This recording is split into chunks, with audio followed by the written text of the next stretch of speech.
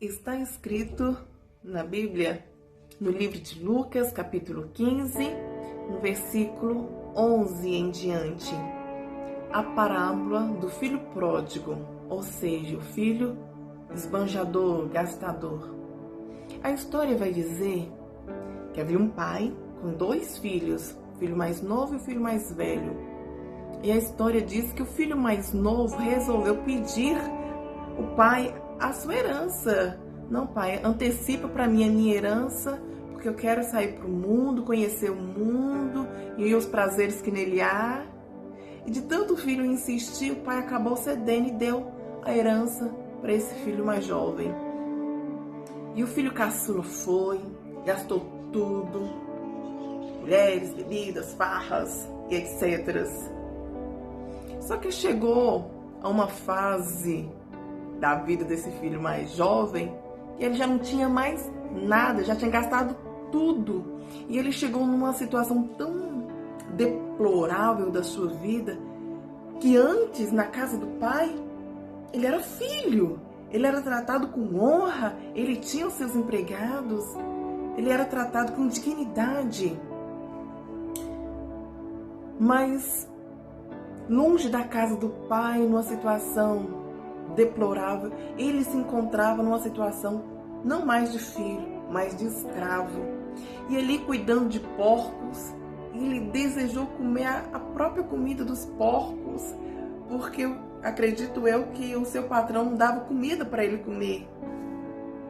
E aí caiu a ficha e ele pensou: meu Deus, na casa do meu pai eu tinha tanta fartura, eu tinha tantos recursos, eu era tratado bem, com honra, eu era tratado com amor, com dignidade. Agora não é situação como essa. Eu tenho certeza que se eu voltar para casa do meu pai e pedir ele que ele me trate como escravo, pelo menos comida para comer eu vou ter. E ele pensou: voltarei para a casa do pai. E aí ele voltou para a casa do seu pai e ele confessou: pai, perdão, eu pequei contra ti e contra Deus, não sou mais merecedor de ser chamado de teu filho. Eu não sou mais digno de ser chamado de teu filho, porque eu pequei. E foi feio, foi humilhante o que eu fiz com o Senhor. Mas sabe o que o pai diz? Filho, venha, entra para casa.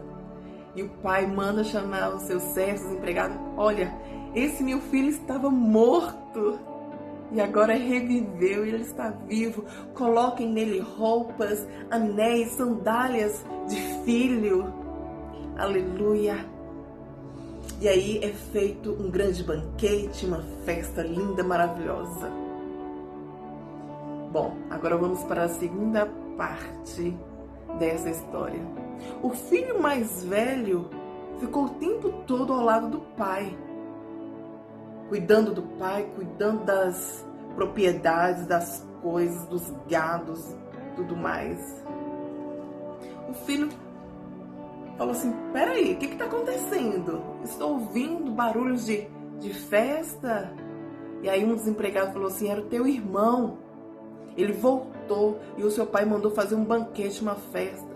E esse filho mais velho ficou tão indignado: mas peraí, eu que estive o tempo todo ao lado do meu pai, eu nunca o abandonei, eu nunca desonrei o meu pai, eu nunca humilhei o meu pai pedindo uma herança antecipadamente, como aquele meu irmão fez. Que isso? Não! Esse filho ficou tão indignado que ele falou assim: eu não vou entrar. E aí os empregados foram lá e falaram com o pai: olha, o teu filho mais velho está lá fora e se recusa a entrar. E o pai vai lá cheio de amor e carinho: filho, por que você não quer entrar? Vamos comemorar, porque o teu filho estava morto, nós encontramos, ele está vivo, está bem. E aí esse filho mais velho vai questionar o pai: peraí, pai, não é justo isso? Não é justo, eu sempre estive do teu lado, eu sempre te honrei, pai. Pai, eu sempre trabalhei como escravo para ti. E é aqui, nessa história do filho mais velho, que eu quero trazer a meditação para a minha vida e para a sua vida. Muitas vezes nós queremos trazer uma justiça própria para justificar para Deus, para nós e para toda a sociedade, quanto não somos justos. Mas eu quero te dizer uma coisa. Essa justiça humana que nós buscamos a todo um tempo, a querer nos justificarmos para Deus, para o nosso Pai, ela não é válida. E aí você fala assim, Ciene, mas que é isso? Como assim? Nós queremos o tempo todo nos justificar perante Deus. E essa história aqui vai dizer, já iniciando lá no início do capítulo 15, que vai contar as 3 parábolas das 100 ovelhas e uma que se perde, da dracma perdida e desse filho também que se perde no mundo. Mas o central dessa história vai dizer que Deus muito se alegra de um perdido que é achado, de um pecador que se arrepende. Há muito mais alegria no céu. É muito mais do que um justo.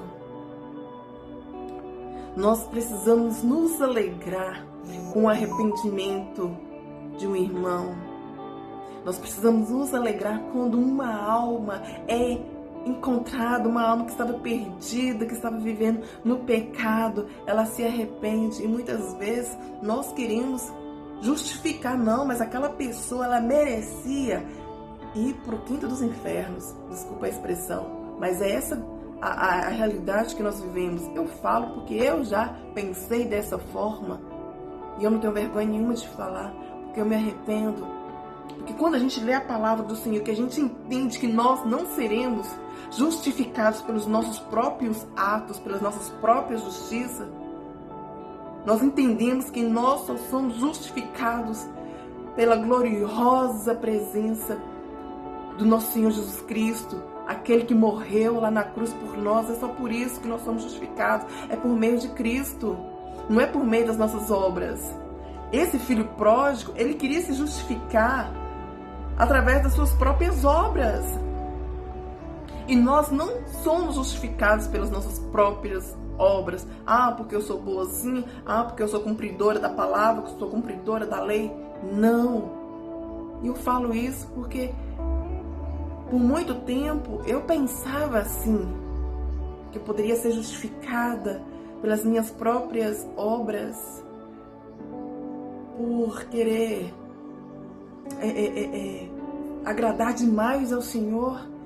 E nós só somos justificados pelo sangue que foi derramado lá na cruz. Lá no livro de Romanos, capítulo 3, a partir do versículo 20, vai dizer: portanto, ninguém será declarado justo diante dele confiando na obediência à lei, pois é precisamente por meio da lei que chegamos à irrefutável conclusão de que somos todos pecadores. Entretanto, nesses últimos tempos, se manifestou uma justiça proveniente de Deus, independente da lei, mas da qual testemunham a lei e os profetas, isto é, a justiça de Deus por intermédio da fé em Jesus Cristo para todas as pessoas que creem. Aleluia! Porquanto não há distinção, porque todos pecaram e destituídos estão da glória de Deus, sendo justificados gratuitamente por sua graça, mediante a redenção que há em Cristo Jesus. Amém? Aleluia! Quando nós entendemos que nós não somos justificados pelas nossas obras, por tudo aquilo que nós fazemos, para dizer que somos merecedores, não. Nós somos justificados por meio de Cristo Jesus. Lá no livro de Isaías, capítulo 64, versículo 6, vai dizer que as nossas justiças para Deus são como trapos de imundícia. Olha, você vê que pesado isso. Nós não conseguimos nos justificar pelas nossas obras. Mas fulano de tal é tão bonzinho, fulano de tal dá cesta básica, fulano de tal ajuda os pobres, é tão caridoso, é isso, é aquilo. Não, nós não seremos justificados pelas nossas obras. E sabe o que eu acho interessante nessa história do filho pródigo? Quando eu olho para esse filho mais velho, a Bíblia vai dizer claramente que ele ficou pro lado de fora da casa. E por aí a gente vê que não é as nossas justiças próprias que nos salvam. Enquanto o pecador arrependido estava dentro da casa, celebrando com o Pai, aquele que se achava justo demais estava onde? Estava por lá de fora da casa. E eu, meditando nessa passagem, eu muito me entristeci, porque muitas vezes a gente se comporta assim, querendo se justificar demais perante o Pai.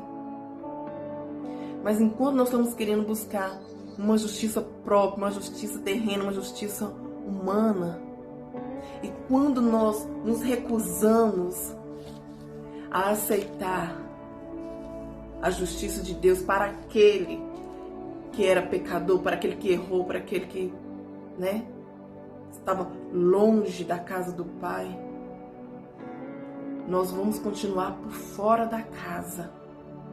Mas eu oro para que o Espírito Santo nos dê o entendimento para sabermos que a justificação em Cristo Jesus, por meio da nossa fé, possa salvar as nossas vidas, possa salvar tanto aquele que pecou, que errou, mas com nós, que porventura possamos nos achar merecedores de alguma coisa, que essa graça do Senhor possa nos alcançar também.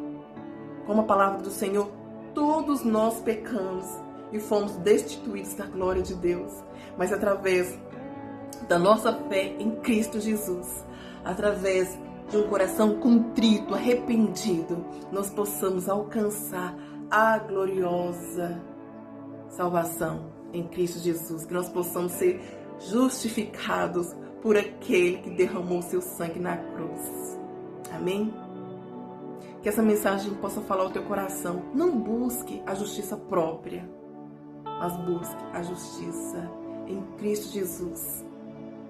Busque a Deus, busque o perdão em Cristo, busque se reconciliar, busque ter comunhão com o Senhor, busque ter o discernimento espiritual para entender certas coisas. Muitas vezes nós não iremos entender o agir de Deus, mas nós precisamos simplesmente confiar e descansar naquele que é justo e fiel. Amém? Que essa palavra venha falar grandemente ao seu coração, como falou ao meu. E eu oro ao Senhor que você seja cheio da presença do Senhor, que você seja renovado, restaurado pela graça do nosso Senhor Jesus Cristo. Amém? Fique com Deus.